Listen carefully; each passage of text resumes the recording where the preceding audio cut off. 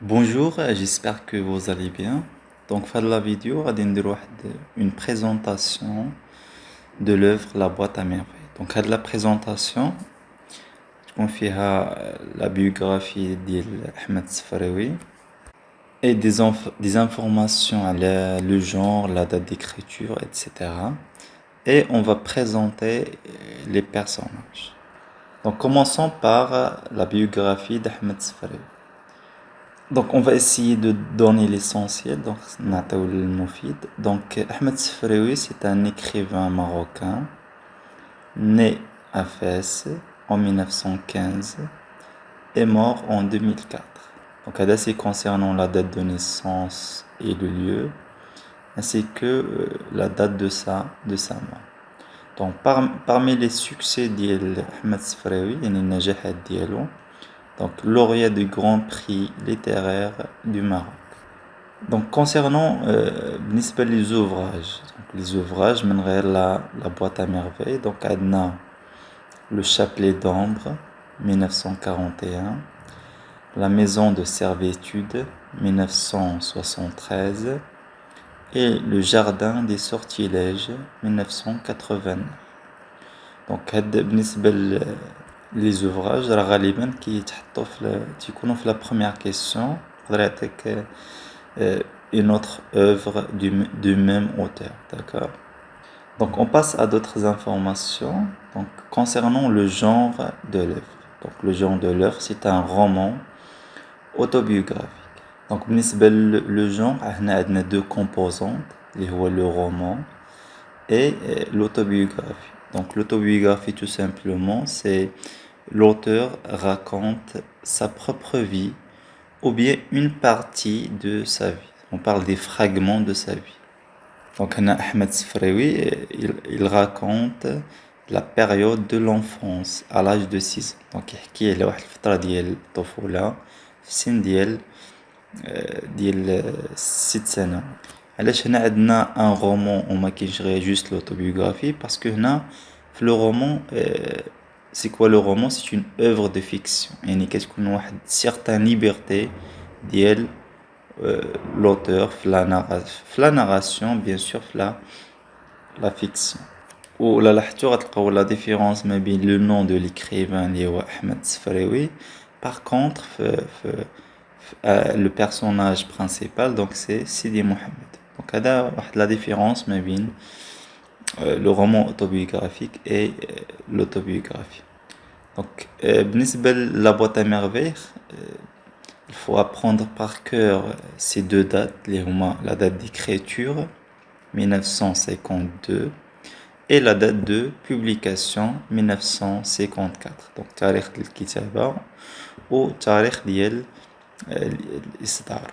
Donc l'examen régional ou bien le contrôle, soit كتعطى la date d'écriture ou bien la date de publication. بالنسبة le siècle, donc c'est le 20e siècle.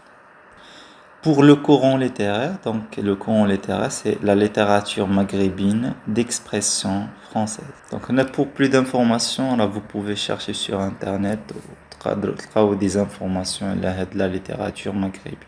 Donc غالبا في l'examen ما كيعطيوش une définition انما غير تعطي شنو هو le courant littéraire.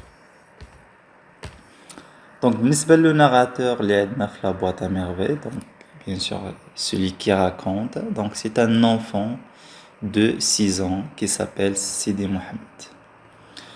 Le nombre de chapitres, donc on a 12 chapitres.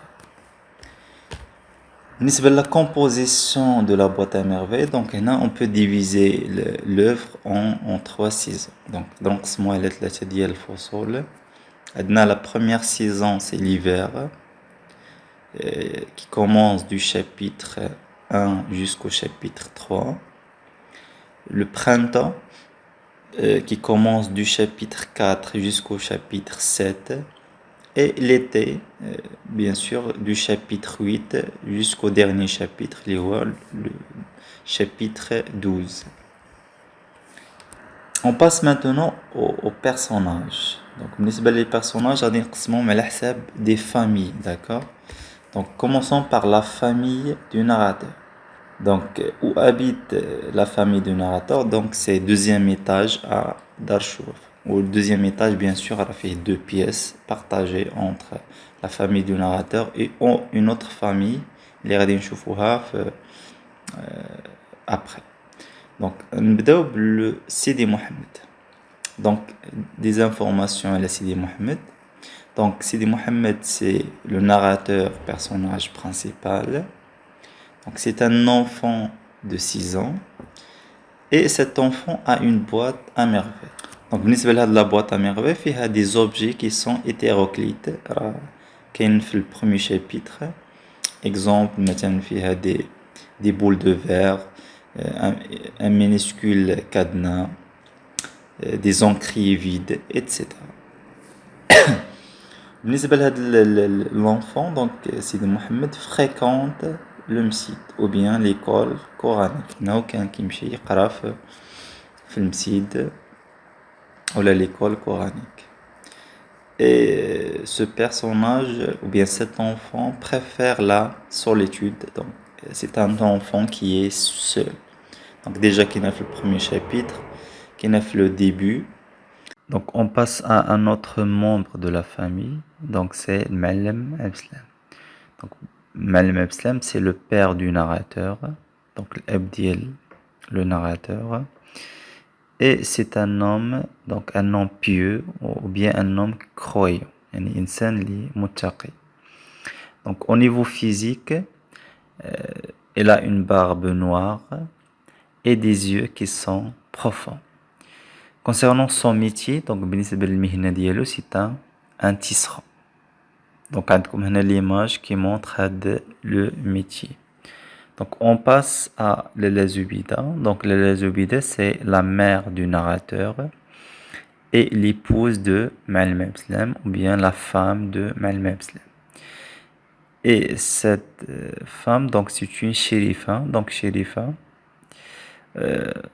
on dit shérifa, donc c'est descendant du prophète. Il prétend être descendant du prophète. Donc au niveau physique, elle a le teint d'ivoire, يعني كنقولوا بشرة عاجية ديال العاج, et une bouche généreuse. C'est-à-dire qu'il parle trop. Donc la deuxième famille, c'est la famille de Driss Lewet. Donc où habite cette famille? Donc c'est au premier étage, donc toujours à Dar Chouaf. Donc Driss Lewet, c'est le père de Zineb.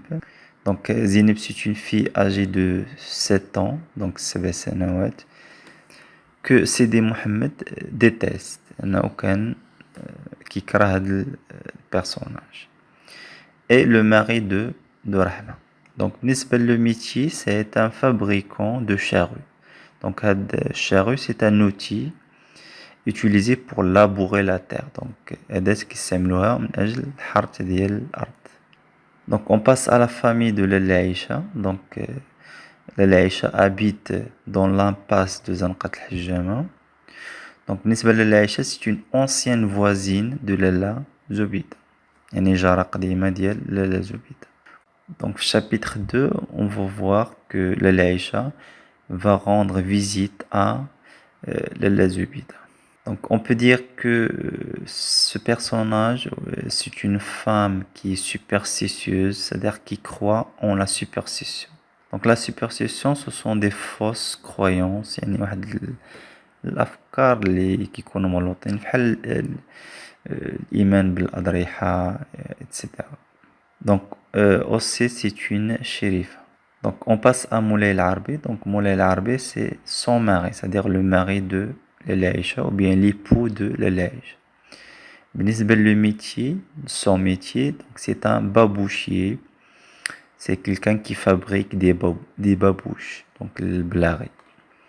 Où ce personnage va avoir un problème donc avec son associé qui s'appelle Abdelkader. Donc غادي يلقى واحد المشكل مع son associé شريك ديالو Abdelkader. هذا. Donc on passe à la famille de Fatma al-Bziouya. Donc cette famille habite au deuxième étage, donc Dar Chouafa. Donc deuxième étage, elle a deux pièces. Donc c'est bien le deuxième étage est partagé entre la famille de Fatma al-Mziouia et la famille du narrateur. Donc Adna, elle est le jardinier, donc c'est l'époux ou bien le mari de Fatma al-Mziouia. Donc concernant son métier, donc il travaille comme jardinier. On passe à la Chouafa. Donc la Chouafa, c'est la principale locataire de Dar Chouafa. Donc le premier chapitre, on a la présentation des les locataires de Dar Chouafa. Il s'appelle Kenza, donc Kenza la voyante, et c'est une adepte de la confrérie des Gnawa. On a d'autres personnages, donc il y en a le frère, donc c'est le maître de Mside. Donc le personnage, c'est une source de peur, donc Sidi Mohamed. Mais après, son caractère va changer après la fête de l'Ashura, ou bien à l'approche de la fête de l'Ashura. Donc Abdelkader, on a déjà parlé de ça, donc c'est l'associé de Moulay Larbi, Sharik Diallo. Abdallah l'épicier, donc le personnage, il racontait des histoires à Sidi Mohamed, donc un kilo Ba'd al-Qisas. Driss le teigneux, c'est le serviteur ديال الخادم ديال المعلم Islam. Et Sidi Mohamed Ben Tahar, donc c'est le coiffeur, bien sûr il va mourir. Donc هادشي اللي عندنا في هاد لا فيديو. دونك الا كان عجبكم لا فيديو حاولوا تبارطاجيوه وما تنساوش ابوني، ولا كان عندكم شي اقتراحات اخرى باش نخدموا ان بروغرام. داكور.